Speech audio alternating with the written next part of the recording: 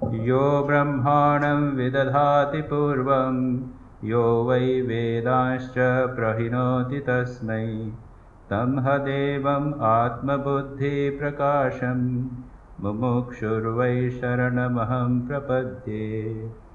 नमो ब्रह्मादिभ्यो ब्रह्मविद्यासम्प्रदायकर्तृभ्यो वंशऋषिभ्यो नमो महद्भ्यो नमो गुरुभ्यः। ॐ नारायणं पद्मभवं वसिष्ठं शक्तिं च तत्पुत्रपराशरं च व्यासं शुकं गौडपदं महान्तं गोविन्दयोगीन्द्रमथास्य शिष्यं श्रीशङ्कराचार्यमथास्य पद्मपादं च हस्तामलकं च शिष्यं तं तोटकं वार्तिककारमन्यान् अस्मद्गुरून् सन्ततमानतोऽस्मि। श्रुतिस्मृतिपुराणानाम् आलयं करुणालयं नमामि भगवत्पादं शङ्करं लोकशङ्करं। शङ्करं शङ्कराचार्यं केशवं बादरायणं श्रुत्यभाष्यकृतौ वन्दे भगवन्तौ पुनः पुनः। ईश्वरो गुरुरात्मेति मूर्तिभेदविभागिने व्योमवद्व्याप्तदेहाय दक्षिणामूर्तये नमः। हमने श्वेताश्वतर उपनिषद के प्रथम अध्याय को समाप्त करके द्वितीय अध्याय का पाठ प्रारंभ किया था। प्रथम अध्याय के अंत में ध्यान निर्मथन की बात थी। ध्यान योग के द्वारा जो हमारे भीतर हृदय में विद्यमान परमात्मा है उसका दर्शन करना है और वही परमात्मा सर्वव्यापी है, इस बात को वहाँ पर जोर देकर कहा गया था।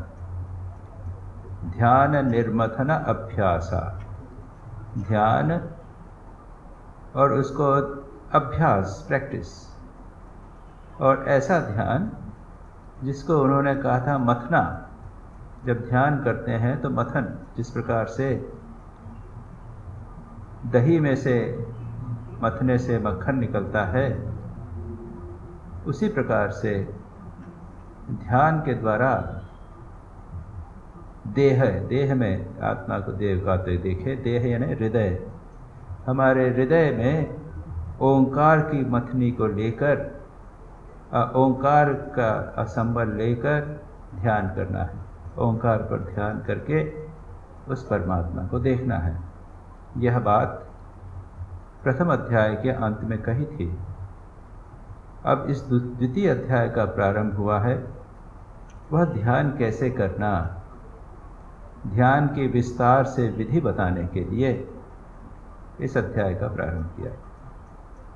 और इस अध्याय के प्रारंभ के कुछ श्लोकों में सूर्य से, जिसको यहाँ सविता कहा गया,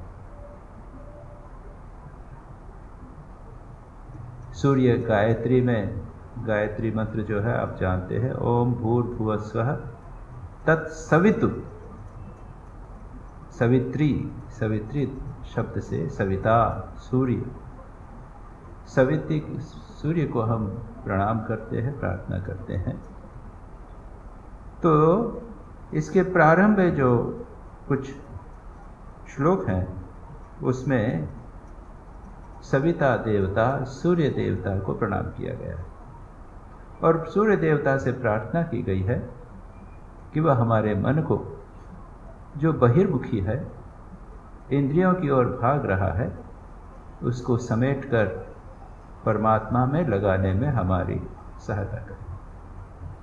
ये पिछली बार हमने ये 3-4 मंत्रों को हमने देखा था।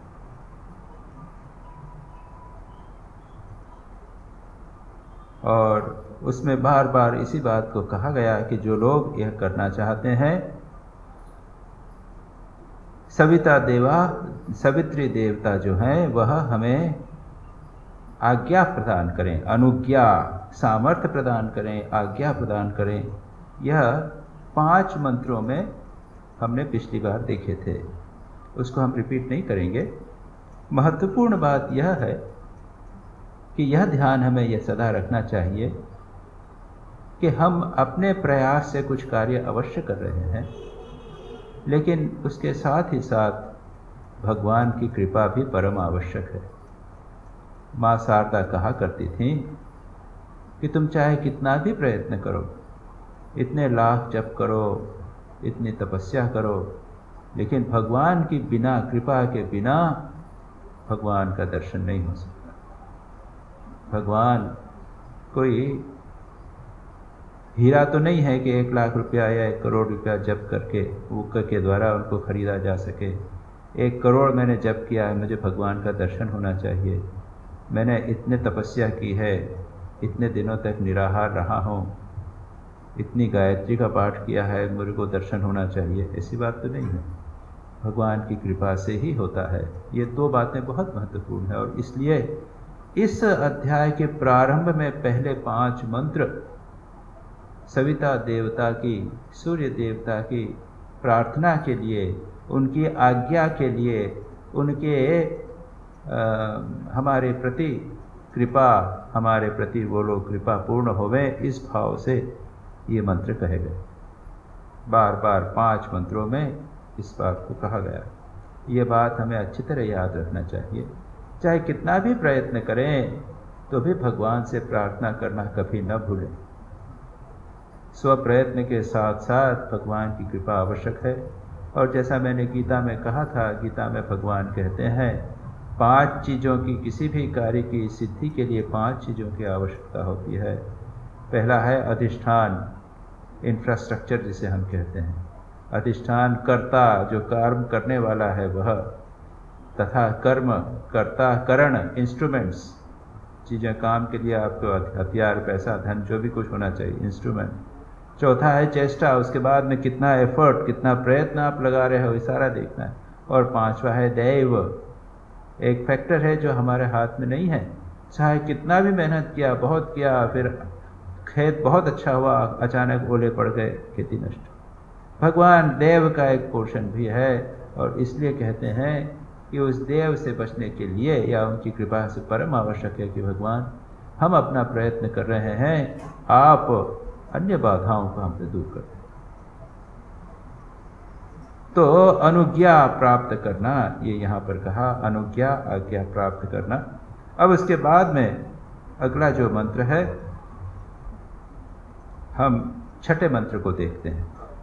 अग्निर्यथा यथाभिमथ्यते, वायुर्यत्र अभिरुच्यते, सोमो यत्र अतिरिच्यते, तत्र संजायते मनः। अब धीरे धीरे ध्यान कैसे करना, उसके लिए योजना बनाकर बताने का प्रयत्न किया था। युञ्जानः प्रथम इत्यादिना सवित्रादि प्रार्थना प्रतिपादिता। प्रथम इत्यादि जो मंत्र हैं उससे सविता, सूर्य देवता की प्रार्थना का प्रतिपादन किया गया। क्योंकि अगर जो पुरुष उनकी प्रार्थना न करके उनकी आज्ञा के बिना ही योग में प्रवृत्त होता है, उसको क्या होता है? अगर कोई व्यक्ति यज्ञ करे, मन को एकाग्र करे, प्राणायाम करे, लेकिन परमात्मा की आज्ञा लिए बिना करे, यही बात चल रही ना, बार बार परमात्मा की आज्ञा को क्यों महत्व दिया जा रहा है? बार बार किसी एक देवी शक्ति की सहायता की बात क्यों की जा रही है? उसका एक कारण इस मंत्र में बताया गया। और शंकराचार्य अपने संबंध भाष्य, यानी जो पहले कहा गया उसके बाद जो प्रारंभ किया जा रहा है, उसके बीच में क्या संबंध है, उस संबंध में इंट्रोडक्टरी, इस मंत्र के इंट्रोडक्शन में कहते हैं कि जो पुरुष उनकी प्रार्थना किए बिना, उनकी आज्ञा पाए बिना ही योग में प्रवृत्त होता है, उसकी भोग के हेतु भी कर्मों में ही प्रवृत्ति हो जाती है। वह कर्म तो करेगा, मन को एकाग्र करेगा, लेकिन उसका उपयोग वह भोग में करेगा, योग में नहीं करेगा। उससे बंधन का कारण होगा, मुक्ति का कारण नहीं होगा। एक बहुत ही महत्वपूर्ण बात कही गई है यहाँ। हम लोग जो गाइडेड मेडिटेशन भी करते हैं तो प्रार्थना करते हैं। आप लोगों ने जिन्होंने गाइडेड मेडिटेशन अटेंड किया होगा, आपने देखा होगा हम प्रार्थना करते हैं। पहला परमात्मा को प्रणाम करते हैं, अपने गुरु इत्यादि को प्रणाम करते हैं। उसके बाद में हम प्रार्थना करते हैं कि हमारे आध्यात्मिक जीवन की बाधाओं को दूर कर दो। आध्यात्मिक जीवन की बाधाओं को हम चाहते हैं कि यह जो ध्यान किया जा रहा है इसका उपयोग आध्यात्मिक हो, लौकिक न हो। ये ध्यान का उपयोग क्या लौकिक होता है? ध्यान का उपयोग क्या सेक्युलर होता है, सांसारिक कर्म के लिए होता है? अधिकांश उसी के लिए होता है। लोग आकर, स्टूडेंट्स आके कहते हैं स्वामी जी हमको मेडिटेशन सिखा दीजिए। क्यों? हमारा मन एकाग्र नहीं होता है, हम पढ़ाई अच्छी तरह करेंगे। पढ़ाई करके क्या करेंगे? पैसे खाएंगे, संसार में समृद्धि प्राप्त करेंगे, यही तो चाहते हैं आप। लेकिन ध्यान का उद्देश्य तो है आध्यात्मिक। ये कितने लोग समझते हैं? अगर कोई ध्यान करे और उसके साथ साथ वासनाओं पर विजय प्राप्त न की होवे, काम क्रोध दो पर विजय प्राप्त न की होवे, भगवान के प्रति शरणागति का भाव न होवे, तो उसकी काम क्रोध दो की वृत्तियां बढ़ जाएंगी और वह अहंकारी हो जाए। उसका मन अधिक एकाग्र होने लग जाएगा। उसको सफलता जिस कार्य में लगेगा उस समय अधिक सफलता प्राप्त हो जाएगी और वो घोर संसार के बंधन में पहले जितना पड़ता था उससे अधिक पड़ जाएगा। इसलिए ये जो ध्यान है, जिसे हम कह सकते हैं डबल एजेड वेपन, ये तलवार ऐसी है जो इधर भी काटती उधर भी काटती। इसलिए यहाँ पर इस मंत्र में सावधान करते हुए कहा है कि बिना भगवान को शरण किए अगर आप कर्म करें, प्राणायाम करें, ध्यान करें, तो इसका परिणाम होगा संसार का बंधन आपका बढ़ेगा, मन संसार में युक्त हो जाएगा, फंस जाएगा। यहाँ पर इसीलिए कहते हैं अग्निर्यत्र अभिमध्यते मथ्यते, जहाँ पर अग्नि आधान आदि कर्म, जहाँ पर अभी जो कहा अग्नि को वो दो अरणी लेकर, उत्तरारणी और अधरारणी, दो लकड़ियों को लेकर जहाँ पर अग्नि को पैदा किया जाता है या यज्ञ क्रिया की जाती है, और वायु यत्र अभिरुच्यते, जहाँ वायु का रोध होता है यानी प्राणायाम, और जहाँ पर सोमरस की अधिकता होती है, अत्र यत्र अतिरिच्यते, सोमरस बहुत ज़्यादा पैदा हुआ, तत्र क्या होता है? उन कर्मों में, ऐसे कर्मों में मन की प्रवृत्ति होती है, संजायते मनः, मन उसमें फंस जाता है। इसकी व्याख्या करते हुए कहते हैं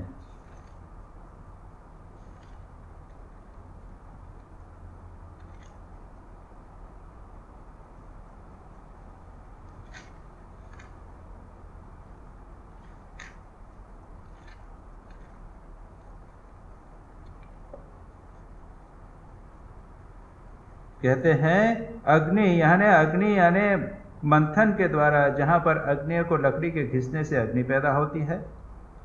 वायुर यत्र अधिरुच्यते, यहाँ पर जहाँ पर वायु नहीं चल रही, जहाँ पर वायु का अवरोध रोक दिया है, शांत, वायु के द्वारा किसी प्रकार का बाधा नहीं है, अनुकूल है प्रकृति वायु, अथवा जहाँ पर प्राण का संयम किया गया है, प्राणायाम किया गया है, इंद्रियों को संयम किया गया है, यानी जहाँ पर प्राण संयत है उनके साथ अन्य इंद्रियां भी संयत हो गई, एकाग्र हो गई। प्राणायाम आप देखिए कितना आजकल प्रचलित हो गया है, रामदेव जी के कारण बहुत सारे प्राणायाम बताते हैं, वो अनुलोम विलोम बताते हैं और भी कई प्रकार के प्राणायाम बताते हैं। लेकिन उनका उद्देश्य क्या है? क्या भगवान, कहीं पर भगवान की बात है? मन को एकाग्र भगवान की बात करते हैं क्या? योग विज्ञान आप किताब है, आप देख लीजिएगा। स्वास्थ्य अच्छा रहेगा, मन शांत रहेगा, लेकिन मन में भगवान में लगाने की बात तो कहीं नहीं होती। तो कहते हैं जहाँ पर प्राण संयत है, इंद्रियों को भी आपने संयत किया, इंद्रियों को संयत करने के बाद आप जहाँ चाहें वहाँ उनको लगा सकते हैं। और सोम रस वहाँ पर्याप्त मात्रा में है, तत्र वहाँ पर मन क्या होता है, अधिक बहिर्मुखी हो जाता है। क्यों? उन कार्यों में मन लग जाता है, मन को आनंद आने लग जाता है। याद रखिए, संसार में लौकिक सुख के लिए भी मन को एकाग्र होना आवश्यक है। अत्यंत चंचल मन वाला व्यक्ति सांसारिक लौकिक विषयी इंद्रिय सुख भी नहीं प्राप्त कर सकता। इसलिए जब ऐसी स्थिति हो कि जहाँ पर अग्नि उत्पन्न हो रही हो, यज्ञ अच्छी प्रचुर मात्रा में हो रहा है, प्राणायाम भी किया है और इंद्रियों के द्वारा और मन भी संयत हो गया है, सोमरस प्राप्त हुआ है, भोग की स्थान प्राप्त हुआ है, तो मन वहाँ फंस जाता है। यह एक व्याख्या, इस श्लोक की एक व्याख्या यह है। शंकराचार्य इस पर और व्याख्या करते हैं। बात क्या है? सभी बातें अनुकूल है, प्रकृति अनुकूल है। अभी तो थोड़ी गर्मी हो गई, एक मौसम था, बसंत ऋतु था, बड़ा शांत था, अनुकूल था, मन शांत था, प्रसन्न था। ऐसे में क्या है, अगर उसके पीछे जो हम ध्यान कर रहे हैं, यज्ञ कर रहे हैं, प्राणायाम के द्वारा मन और इंद्रियों को संयत कर रहे हैं, उसके पीछे का अगर सिद्धांत को हम नहीं जाने, उसके पीछे विद्यमान देवता को पाने का प्रयत्न नहीं करें, तो क्या होगा? मन और बहिर्मुख होगा। ये बात है।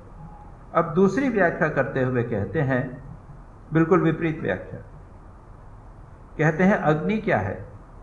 शंकराचार्य स्वयं व्याख्या करते हुए कहते हैं अग्निरभिमंत्रते इत्यादि, इसकी दूसरी व्याख्या है। अग्नि कौन है? परमात्मा।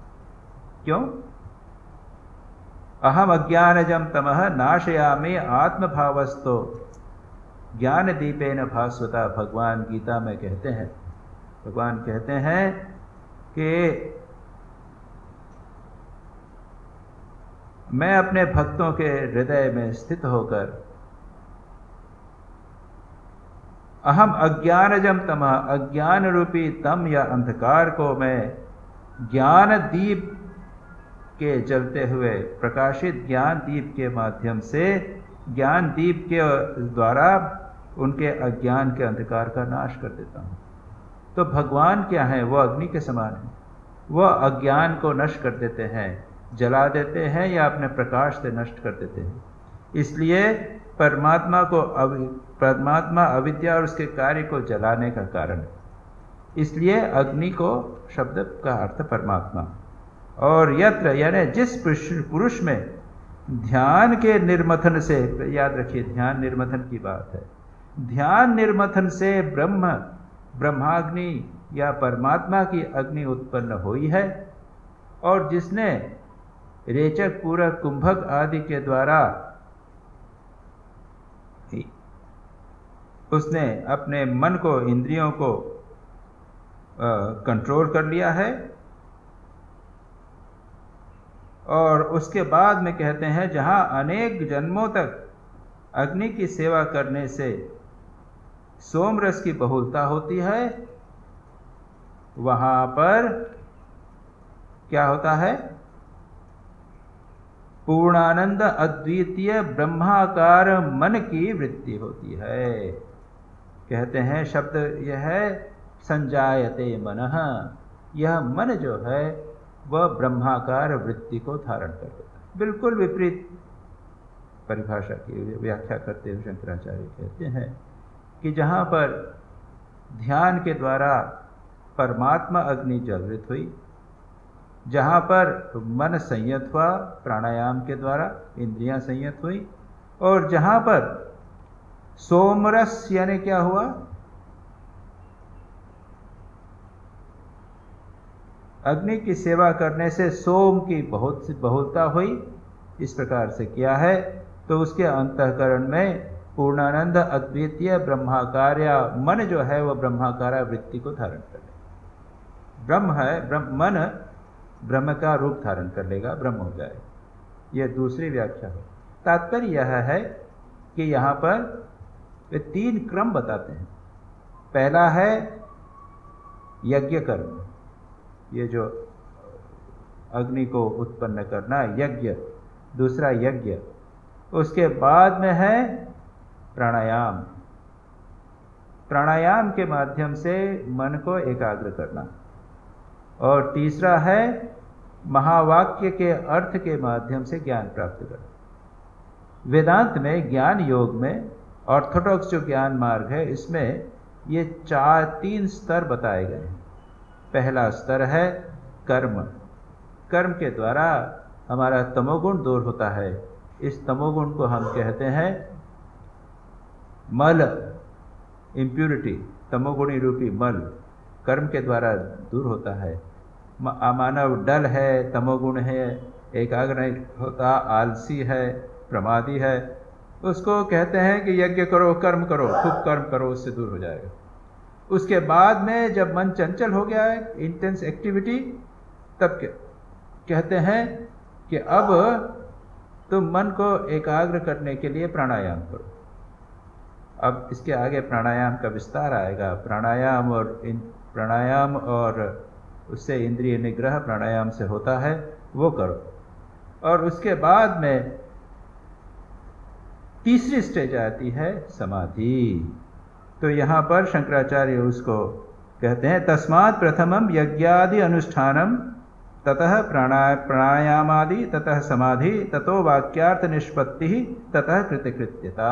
ये 5 लेवल बताए।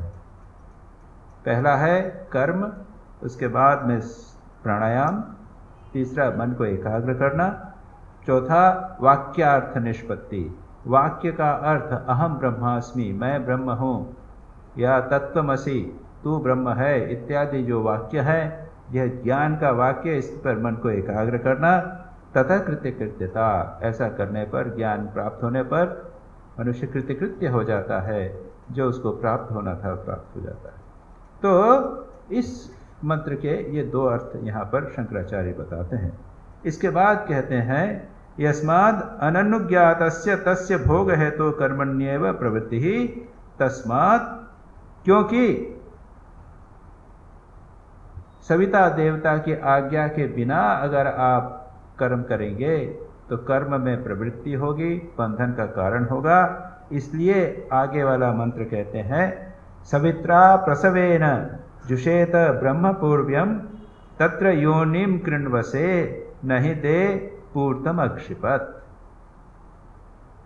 अब यही बात कहते हैं कि सविता देवता के द्वारा ज्ञान आज्ञा प्राप्त होकर और चिरंतन ब्रह्म का सेवन करना चाहिए। सवित्रा प्रसवेन, सविता देवता की आज्ञा के द्वारा। ये सविता देवता कौन है? प्रसवरण्य ने, जो सारे जगत को उत्पन्न करते हैं, प्रसव करते हैं। उस सविता देवता, जगत का प्रसव करने वाले उस सूर्य की सहायता से, ये प्रसव देवता की का विशेषण हो गया। और सूर्य की सहायता, सवित्रा सूर्य की सहायता से, जगत की उत्पत्ति करने वाले सूर्य देवता की सहायता से क्या करेंगे? पूर्व्यम ब्रह्म जुषेत। पूर्व्यम यानी जो अनादि है, जिसके आदि नहीं है, बिगनिंग नहीं है, अनादि ब्रह्म जो है उसका जुषेत, उसे जुषेत यानी उसकी उपासना करो, उसकी पूजा करो। उससे क्या होगा? तत्र योनिम कृण्वसे। योनि शब्द का अर्थ यहाँ पर किया गया है समाधि, एकाग्रता, मन में लगा, मन को वहाँ पर लगाना, समाधि रूप निष्ठा करो, ब्रह्म में अपने मन को लगाओ, मन को ब्रह्म में लगाओ। तत्र, उससे क्या होगा? ते पूर्तम नहीं अक्षिपत। ऐसा करने पर जो पूर्त कर्म है वह तुम्हारा अक्षिपत, अक्षिपत यानी वह तुम्हारे को कर्म में अक्षिपत न पुनः भोग का हेतु या बंधन का कारण नहीं बनेगा। अब इसको थोड़ा सा समझ लेते हैं।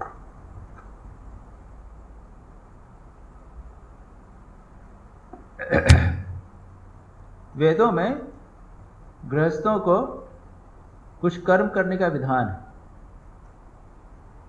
एक तो यज्ञादि कर्म है, दूसरे हैं जिन्हें इष्ट और पूर्त कर्म कहा जाता है। इष्ट कर्म क्या है? यानी ये यज्ञ करना, अभी जो यज्ञ की बात है इसको इष्ट कर्म कहा गया। यानी एक तो देवता के लिए यज्ञ करना, ये हुआ एक प्रकार का कर्म। अच्छा, 5 प्रकार के कर्म या यज्ञ बताए गए हैं। पहला है ब्रह्म यज्ञ, स्वाध्याय। हम पढ़ रहे हैं, शास्त्र पढ़ रहे हैं, आप सुन रहे हैं, ये स्वाध्याय हुआ, ये हुआ ब्रह्म यज्ञ। और इस यज्ञ के पीछे भाव यह है कि हम परमात्मा से बहुत सारी चीज़ें प्राप्त करते हैं, उनको हमें वी हैव टू पे बैक, उनका हमें आभार प्रदर्शन करना चाहिए, उनको हमें पुनः उसको वापस देना चाहिए। संसार के सभी लोगों से हम बहुत सारी चीज़ें प्राप्त करते हैं, तो ब्रह्म को आप पुनः क्या दोगे? जब आप स्वाध्याय करते हो तो यह कार्य पूरा होता है। यह स्वाध्याय हुआ ब्रह्म यज्ञ। दूसरा हुआ देव यज्ञ, देवताओं से, सूर्य, चंद्र, अग्नि, वायु, आकाश, समुद्र, इन सब से हम क्या प्राप्त करते हैं? हम जल प्राप्त करते हैं, वायु प्राप्त कर रहे हैं, प्रकाश प्राप्त कर रहे हैं। हमारा जीवन इन देवताओं से है। इनको हम यज्ञ, पुराने ज़माने में अग्निहोत्र यज्ञ या विभिन्न यज्ञ हुआ करते थे, ये यज्ञ आजकल हम मंदिरों में जाते हैं, कुछ चढ़ाते हैं, ये देवताओं को देना। तीसरा है पितृयज्ञ, हमारे पितर, हमारे दादा परदादा जो हम नहीं रहे हैं, उनके कारण हमारा शरीर प्राप्त हुआ है, हम उनका ऋण चुकाते हैं। क्या करते हैं? इस श्राद्ध, पितृपक्ष आएगा, जब आता है पितृपक्ष तो श्राद्ध इत्यादि करते हैं, तर्पण श्राद्ध करते हैं। चौथा है नृयज्ञ, मनुष्यों के प्रति हम आभारी हैं, अतिथि सेवा, कोई आया घर में उसकी सेवा करना। और 5वां है भूत यज्ञ, संसार के समस्त प्राणियों को हमें, गाय को चारा दीजिए, कुत्ते को रोटी दीजिए, चींटियों को भी कुछ कुछ देते हैं लोग। उल्टा हो रहा है, आजकल हम इकोलॉजिकल डिस्टर्बेंस कर रहे हैं, लोगों को, प्राणियों को नष्ट कर रहे हैं, उसका परिणाम हमें भोगना पड़ेगा। ये हुए इष्ट कर्म। और पूत कर्म क्या है? वेलफेयर एक्टिविटीज इसे हम कहते। एक तालाब खोद दिया, एक कुआं बनवा दिया, एक स्कूल बनवा दिया, धर्मशाला बनवा दी, वापी, कूप, तड़ाग, ये विभिन्न कार्य, वेलफेयर एक्टिविटीज जिसे कहते हैं, इसको कहते हैं पूर्त कर्म। और यहाँ पर कहा गया है कि अगर आप देवता की आज्ञा प्राप्त करके, सविता देवता की आज्ञा के द्वारा अनुज्ञात होकर ब्रह्म का सेवन करते रहो, परमात्मा में मन को एक लगाते रहो, तो क्या होगा? उस तुम ब्रह्म में निष्ठा करो, समाधि लगाओ, एकाग्र करो मन को। इससे पूर्त कर्म तुम्हारा बंधन करने वाला नहीं होगा। ये पूर्त कर्म क्या बंधन करने वाला होगा? होता है क्या पूर्त कर्म बंधन का कारण होता है क्या? याद रखिए, जो भी अब कर्म करेंगे उसका फल होता है। अच्छा कर्म करेंगे तो अच्छा फल होगा। आपने बहुत सारा सेवा कार्य किया, स्कूल कॉलेज बनवा दिए, दान बहुत दिया, ये सब पूर्त कर्म में आते हैं। तो इस पूर्त कर्म का परिणाम होगा आप स्वर्ग जाएंगे, बहुत सुख मिलेगा, आप लोग नाम यश प्राप्त होगा। लेकिन क्या होगा? यह पुनः भोग के बंधन का कारण हो जाए, पुनः आप पुनर्जन्म प्राप्त होगा। जब कर्म खत्म हो जाएंगे पुनः जन्म होगा, अच्छा बुरा जो भी कुछ जन्म होगा वो होगा, क्योंकि ज्ञानाग्नि के द्वारा उसका बीज भस्म नहीं हुआ है। इसलिए कहते हैं, लेकिन अगर तुम परमात्मा की सहायता से करो, अगर तुम ये पूर्त कर्म इत्यादि भगवान की पूजा के द्वारा करो, देवता की पूजा के बाद करो, तो क्या होगा? उससे आपको बंधन नहीं होगा। ये कहते हैं जिस प्रकार अग्नि में डाला हुआ सींग का रुआ भस्म हो जाता है, उसी प्रकार इस ज्ञानी के समस्त पाप भस्म हो जाते हैं। सर्वकर्माणि भस्मसात ज्ञानाग्नि सर्वकर्माणि भस्मसात कुरुते अर्जुन। भगवान गीता में कहते हैं कि अग्नि, ज्ञान की अग्नि जो है समस्त कर्मों को भस्म करती है। तो इस मंत्र में केवल यही बताने की बात कर रहे हैं कि हमें नाम यश की इच्छा से, स्वर्ग प्राप्त करने की इच्छा से ये सारे कार्य नहीं करने चाहिए। अगर इसको किया तो स्वर्ग मिलेगा, नाम यश मिलेगा, उसके बाद लेकिन बंधन में पड़ोगे, संसार चक्र में पड़ते रहोगे। इसके बाद में आगे अगला मंत्र कहते हैं जहाँ से योग का अभ्यास प्रारंभ होता है। यहाँ तक जैसा मैंने कहा, बार बार उसी चीज़ को महत्व दिया जा रहा है कि मन को एक अपने प्रार्थना की का महत्व। उसके बाद में कहते हैं तत्र योनिं कृण्वस इत्युक्तम कथम योनिकरणम।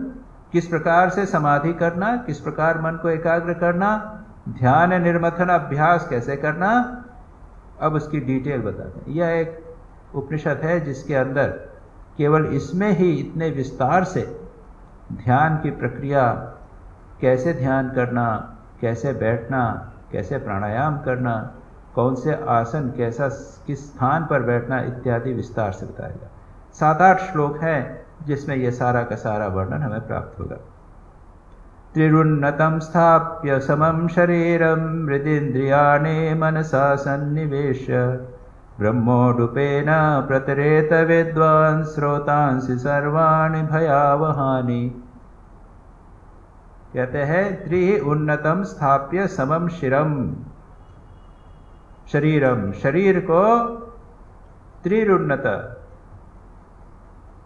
तीनों को, तीन जो है कौन तीन से, सिर, गर्दन और पीठ या सीना, उसको सीधा उन्नत रखो, सोया हुआ नहीं होगा। उन्नतम स्थाप्य, खड़े होकर ही रहो लेकिन सोए हुए ध्यान नहीं होता, याद रखिए। वैसे जो योगी हैं वो कर भी सकते हैं। तोतापुरी महाराज सोए सोए ध्यान करते थे। श्री रामकृष्ण कहते हैं कि जो सात्विक व्यक्ति है वो मच्छरदानी के अंदर सोया सोया ध्यान करता है। लोग समझते हैं कि बाबा भैया सो रहे हैं, वो दिखाना नहीं चाहता। जो राजसिक है वो जब करता है तो उसको दिखावा ज़्यादा रहता है। अच्छा कपड़ा बढ़िया पहनेगा, अलग रेशम का कपड़ा उसने अलग रख रहा है ध्यान के लिए, और जो माला है तो बीच बीच के अंदर वो चांदी के धागे से गुथी हुई है, या बीच बीच में चांदी के दाने लगे हुए हैं, ऑल्टरनेट दाने जो हैं चांदी के हैं। ये सब राजोगुणी भक्त श्री रामकृष्ण कहते थे। जो सात्विक भक्त है वो एकांत में कभी कभी सोते सोते, तोतापुरी महाराज लेटे लेटे ध्यान करते थे, सोते नहीं। हम लोग लेटे लेटे ध्यान करने का निषेध है। गुरु ने आदेश दिया है कि नहीं, लेटे लेटे ध्यान नहीं करो। महाराज रिलैक्स हो जाता है कि उन्हें नींद ज़्यादा आ जाए। आदत बनाना है मैं सीधे बैठकर, ऐसे सीधे बैठने में प्रारंभ में थोड़ी कठिनाई होती है, उसके बाद में ऐसा अभ्यास हो जाता है कि सीधे बैठने से ही अच्छा लगता है, नहीं तो पूरा अच्छा नहीं लगता। सीधा टेढ़ा बैठना, झुक कर बैठना, उसमें अच्छा नहीं लगता, मन का ऐसा अभ्यास हो जाता। तो कहते हैं कि त्रिरुन्नतम समम शरीरम, शरीर को उन्नत रखो और सम रखो, यानी सिर, गर्दन और पीठ एक लाइन।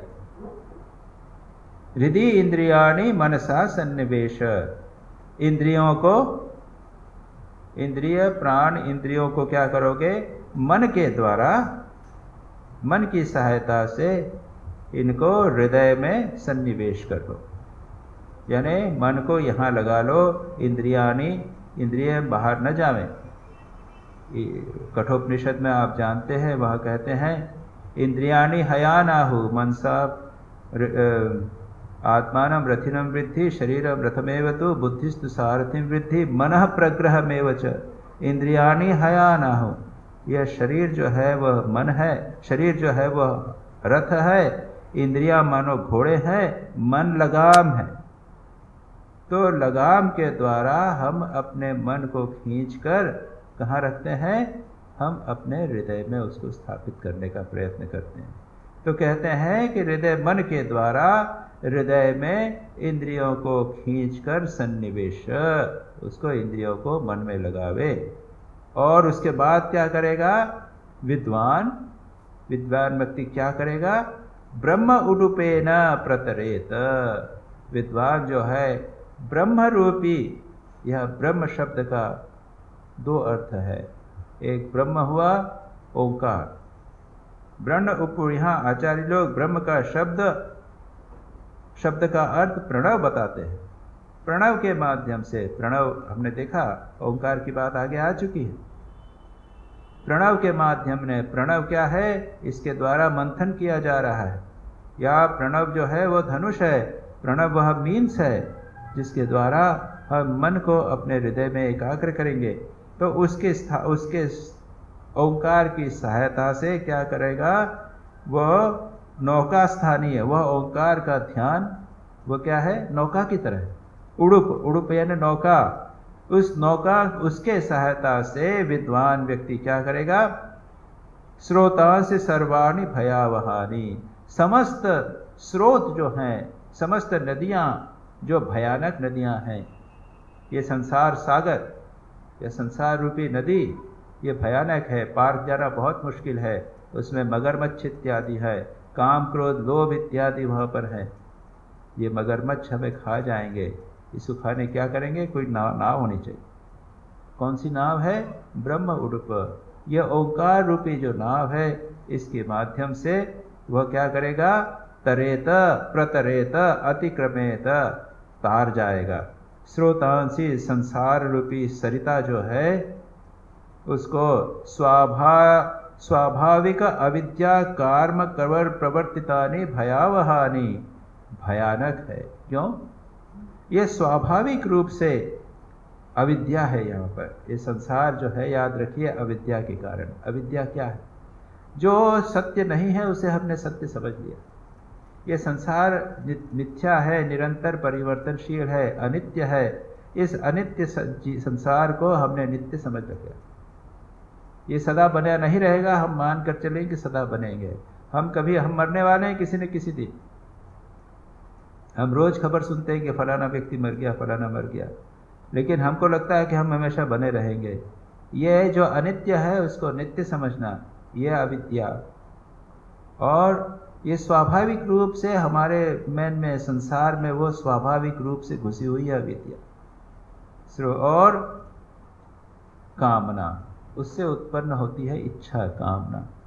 जब जगत को इसको सत्य मान लिया तो इच्छा बनी रहती है, मैं सदा बना रहूं। हम अपने शरीर को पुष्ट करते हैं, इसको कहते हैं देह की कामना, देह ऐशना। और जीवित रहने की जिजीविषा, जीवित रहने की इच्छा। उसके बाद में भोग की इच्छा। हम हमेशा बने रहें तो उसके लिए क्या करते हैं? कहते हैं पुत्र के रूप में, पुत्र वै जायते आत्मा। ये जो आत्मा है ये पुत्र के रूप में जन्म लेता है। तो मनुष्य जब मर जाता है तो कौन बचता है? अरे वो मैं बचा हुआ हूँ अभी। आत्मा ही पुत्र का रूप धारण करता है। तो हम चाहते हैं कि हम बने रहें, इसलिए पुत्र की इच्छा होती है। पुत्र की इच्छा होती है तो दार, यानी या तो पति या पत्नी की इच्छा होती है। एक के बाद एक इच्छाएं बढ़ती चली जाती हैं। शरीर को सबल रखने की इच्छा, संसार में नाम यश प्राप्त करने की इच्छा, ये सारी कामनाएं। भगवान गीता में कहते हैं प्रजहाति यदा सर्वान कामान पार्थ मनोगतान। हमारे मन में उत्पन्न समस्त कामनाओं को जब पूरी तरह त्याग दिया जाता है तब स्थित प्रज्ञ कहता। तो समस्त कामनाएं, बहुत सारी कामनाएं, कामनाओं की लिस्ट उसको हमने बताए। तो ये संसार रूपी नदी में क्या है? अविद्या है। कामनाएं भरी हुई हैं और उससे हम कर्म करते हैं, कामनाओं की पूर्ति के लिए कर्म करते हैं। और कर्म करने के कारण उसके बाद में शुभ कर्म अशुभ कर्म करते हैं, उसका बंधन बनता है, उसका फल प्राप्त होता है। और हम फिर क्या करते हैं? प्रेत तिर्यक ऊर्ध्व प्राप्ति कराणी पुनरावृत्ति भांजी। या फिर उसके बाद दूसरे कर्म, प्रेत योनि, या फिर तिर्यक योनि, प्रेत योनि, भूत की योनि प्राप्त हो गई, या फिर सांप बिच्छू रेंगने वाले जो तिर्यक हैं वो हो गई, या फिर पशु योनि हुई, या मनुष्य योनि हुई, या ऊर्ध्व ऊपर वाले योनि हुई, स्वर्ग आदि में चले गए, देवता गंधर्व बन गए, और पुनरावृत्ति, वापस आना। तो ये जो है संसार की जो नदी है, सरित, संसार सरित, संसार की जो नदी है, इसका स्वरूप ये बताया यहाँ पर। शंकराचार्य कहते हैं स्वाभाविक अविद्या कर्म प्रवर्तितानि प्रेत तिर्यक ऊर्ध्व प्राप्ति कराणी पुनरावृत्ति वाली भयानक है। लोगों को लगता नहीं है, बड़ा अच्छा लगता है, बड़े मजे में लगता है। संसार में एक कोई झोपड़ी में रहने वाला व्यक्ति भी है तो वो सोचता है कि मेरी पत्नी है, मेरा पुत्र है, मैं शराब पीता हूं, बस मजे। उसको जो संसार के दुख जो है वो दुख नहीं लगते, एक बूंद का सुख उसमें वो आनंद में है। और टॉल्स्टॉय की कहानी आप जानते हैं, एक जंगल में आदमी गया और कुएं में गिर गया, अंधा कुआं था, दिखा नहीं, गिर गया, और गिरते गिरते उसने पेड़ की एक डाल लटक रही थी, उसको पकड़ ली, उसकी जड़ें लटक रही, उसको पकड़ ली, बच गया। लेकिन बीच में लटक गया, अब इधर उधर नहीं जा सकता है। नीचे देखा कि सांप, बड़ा सांप मुंह खाले बाहे बैठा हुआ है, और वो जो पेड़ है उसको चूहे काट रहे हैं, या कोई हाथी उसको गिराने की कोशिश कर रहा है। ऐसी स्थिति किसी भी समय गिरे, और उसी समय एक मधुमक्खी का छत्ता उसके ऊपर से मधु गिरने लगा उसके पास से। तो क्या कर रहा है वो, मैं तो पकड़ा है, मर जाएगा, लेकिन फिर भी मुंह को आगे बढ़ाकर उस मधु को चाटने का प्रयत्न कर रहा है। इस संसार में रात दिन रूपी चूहे हमारे जीवन को काट रहे हैं, काल रूपी सर्प नीचे बैठा हुआ है, मृत्यु निकट आती चली जा रही है, लेकिन फिर भी एक छोटा सा भोग संसार में, क्षणिक भोग के लिए हम समझते हैं। तो यहां पर ये कहते हैं कि ये जो संसार है ये भयानक है, हमें समझ में नहीं आता, महाभयानक है, लेकिन हमें समझ में नहीं आता। बड़े मजे में, हमको सब लगता है कि हम बड़े मजे। ये संवेदनशीलता का अभाव, विवेक का अभाव, जो विवेकी व्यक्ति है वो छटपट करता है। विवेकी नाम सर्वम दुखम, जो विवेकी व्यक्ति है उसको लगता है ये जो मैं भोग कर रहा हूँ ये भी मेरे पेट में एसिड प्रोड्यूस करेगा, मैं मिठाई खा रहा हूँ वो एसिड प्रोड्यूस करने वाला, ये मेरे को आदत बना देगा मिठाई खाने की, या मिठाई नहीं मिलेगी तो मेरे को छटपट होगा, जब छूटेगी तब मेरे को दिक्कत होगी। तो जो विवेकी व्यक्ति है उसको हमेशा सर्वत्र दुख प्रतीत होता है, वो संसार को भयानक देखता है। लोग कहते हैं कि अरे ये जो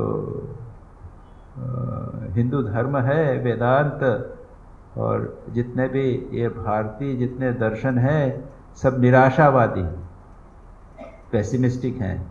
जैन धर्म हो, बौद्ध धर्म हो, हिंदू धर्म है, सब दुख दुख की बात करते। बुद्ध ने तो कहा ना सर्वम दुखम। जैन धर्म भी इस प्रकार की बात करता है कि संसार के कर्म में हम फंसे हुए हैं, तपस्या करके उसको नाश करो। और हिंदू धर्म भी यही कहा, भयानवकानी, यह संसार है जो भयानक है। लेकिन ऐसी बात नहीं, ये यथार्थ है। कोई आदमी यथार्थ को आंखें बंद कर ले तो कोई क्या कहेगा। संसार में सुख भी है, दुख भी है, इस दुख से आंखें बंद करना नहीं है, उसको देखना। तो यहां पर इस प्रकार से इस मंत्र में कहा गया, क्या करेगा, शरीर को स्थिर रख के एक आसन पर सिर, गर्दन और पीठ को एक लाइन में रखकर ओंकार या प्रणव का मंत्र का जप करेगा। अपने हृदय को, मन को, इंद्रियों को, मन को खींचकर हृदय में निकाल लगा देगा, कहीं उधर मन को जाने नहीं देगा, और यहाँ पर ओंकार का जप करेगा, और इसकी सहायता से ये संसार के सागर से, ये भयानक संसार की नदी जो है उसको पार कर। ये कैसे पार होगा इसके आगे और विस्तार से कहेंगे, वही आगे बताया था।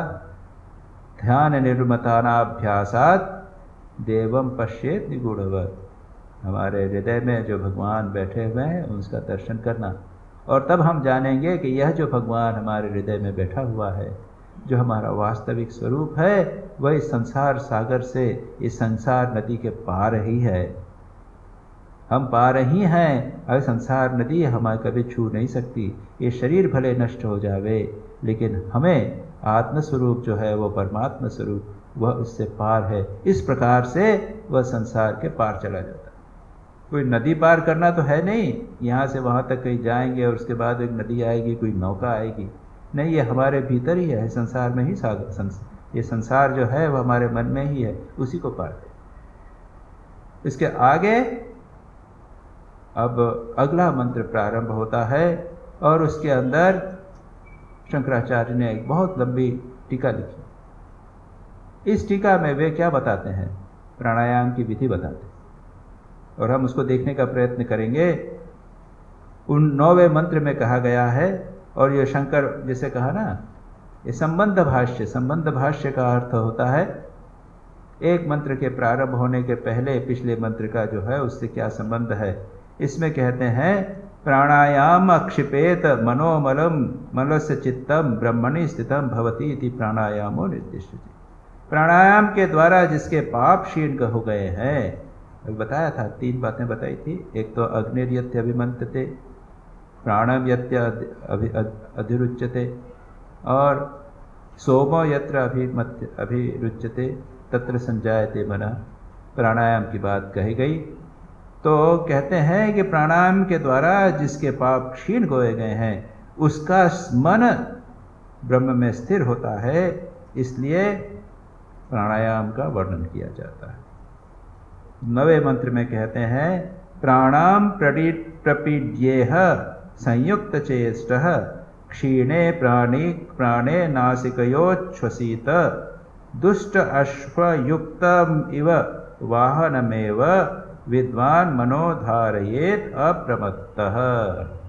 क्या कहा है? साधक को चाहिए, उसने क्या किया है? संयुक्त चेष्टः, युक्त आहार, संयुक्त संयत चेष्टा, उसका कर्म जो है युक्त आहार विहार वाला है। गीता में कहते हैं भगवान, ना अत्यतश्न तो योद्गोस्ति न चैकांत मनश्चतः युक्ताहार विहारस्य योगो भवति दुःखः। जो बहुत मेहनत करे, बहुत दिन भर मेहनत करे, टू मच ऑफ एक्टिविटी, सुबह से शाम तक काम में लगा हुआ है, ऐसे योग नहीं हो सकता। और खूब खाए, ज्यादा खाए, उससे योग नहीं। अच्छा काम बंद कर दे, कुछ काम नहीं करे तो भी नहीं होगा। और उपवास नहीं, युक्त आहार विहार, युक्त आहार विहार यानी क्या? संयत, मिडिल, अवलंब्य मध्यपंथा, मध्यम मार्ग।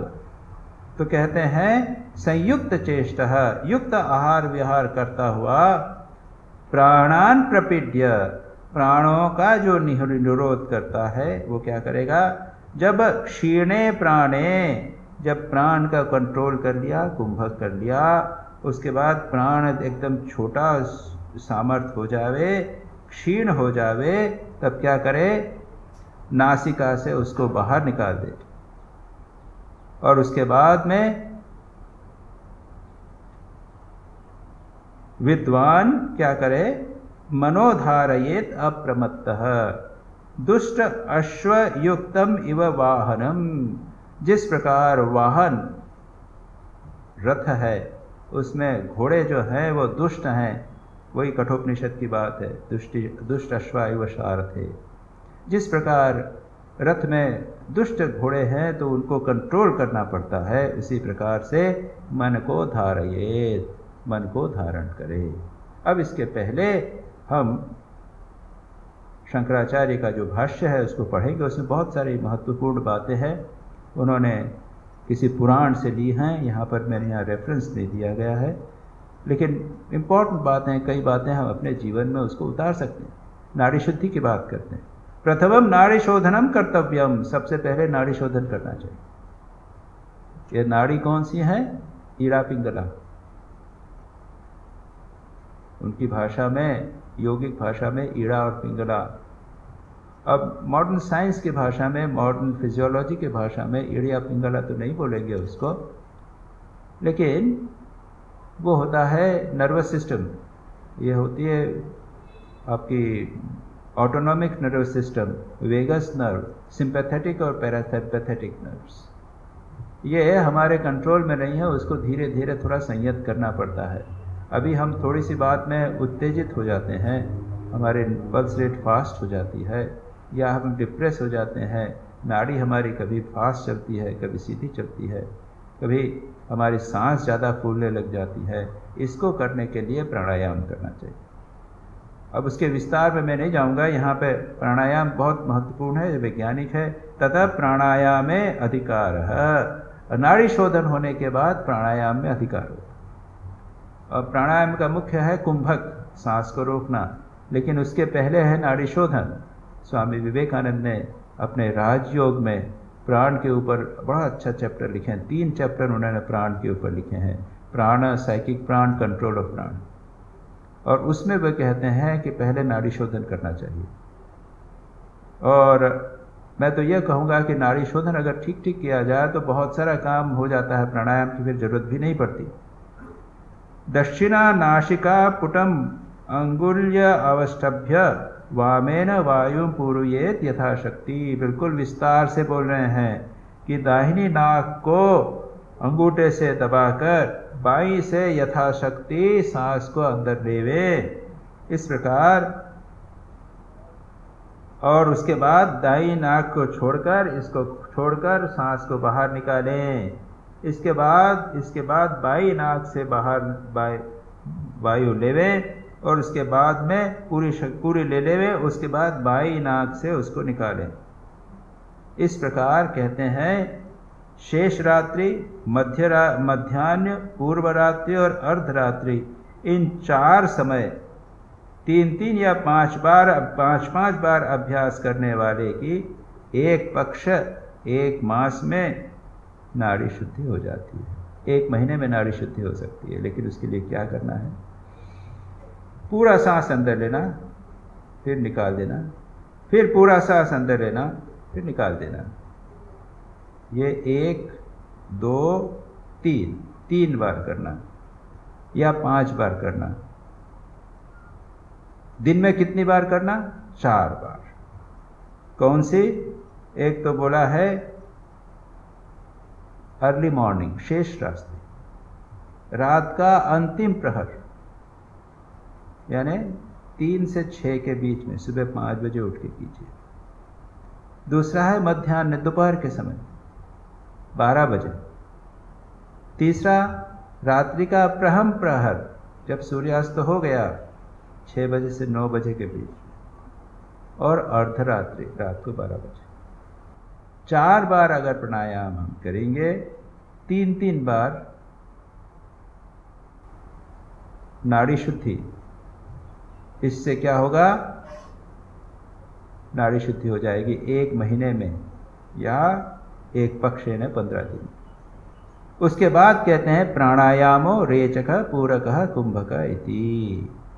प्राणायाम 3 प्रकार का, रेचक, पूरक, कुंभक, ऐसा कहा भी है। और इसके बाद में वो शास्त्र का यहाँ पर कोटेशन देते हो, कहते हैं आसनानि समभ्यस्य वांछितानि यथा विधि प्राणायामो ततो गार्गी जितासनगतो अभ्यसेत।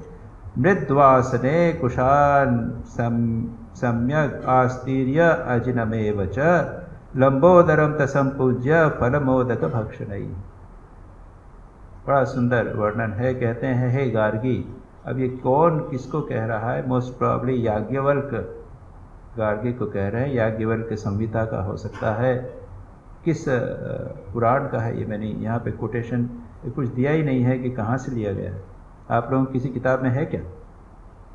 इंग्लिश में है क्या? एंड में कहीं दिया हुआ है? इसका रेफरेंस नहीं। कहते हैं, अपने अभीष्ट आसनों का यथाविधि अभ्यास। आसनानि या वांछितानि। एक आसन, आसन यानी दो अर्थ हैं। नीचे कैसे बिठाना, कुशासन बनाना, उसके बाद अजिन यानी चमड़ा रखना, उसके बाद में उसके ऊपर जैसा भगवान गीता में कहते हैं, उसके बाद में उसके ऊपर एक चैल यानी रेशम का कपड़ा रखना, वो एक आसन। दूसरा पद्मासन, सुखासन, वज्रासन, सिद्धासन, कोई एक आसन। अभ्यास, फिर जिस आसन का अभ्यास हो उससे बैठकर प्राणायाम का अभ्यास करें। कोमल आसन पर सम्यक प्रकार से कुश मृगचर्म बिछाकर उस पर बैठना है।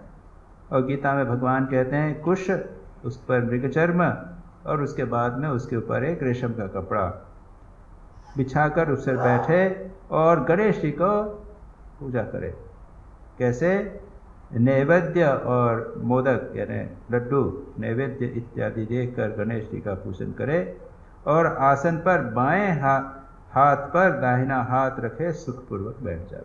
इसकी चर्चा, अब शंख बज गया है, समय हो गया है, इसकी चर्चा हम अगली बार विस्तार से करेंगे।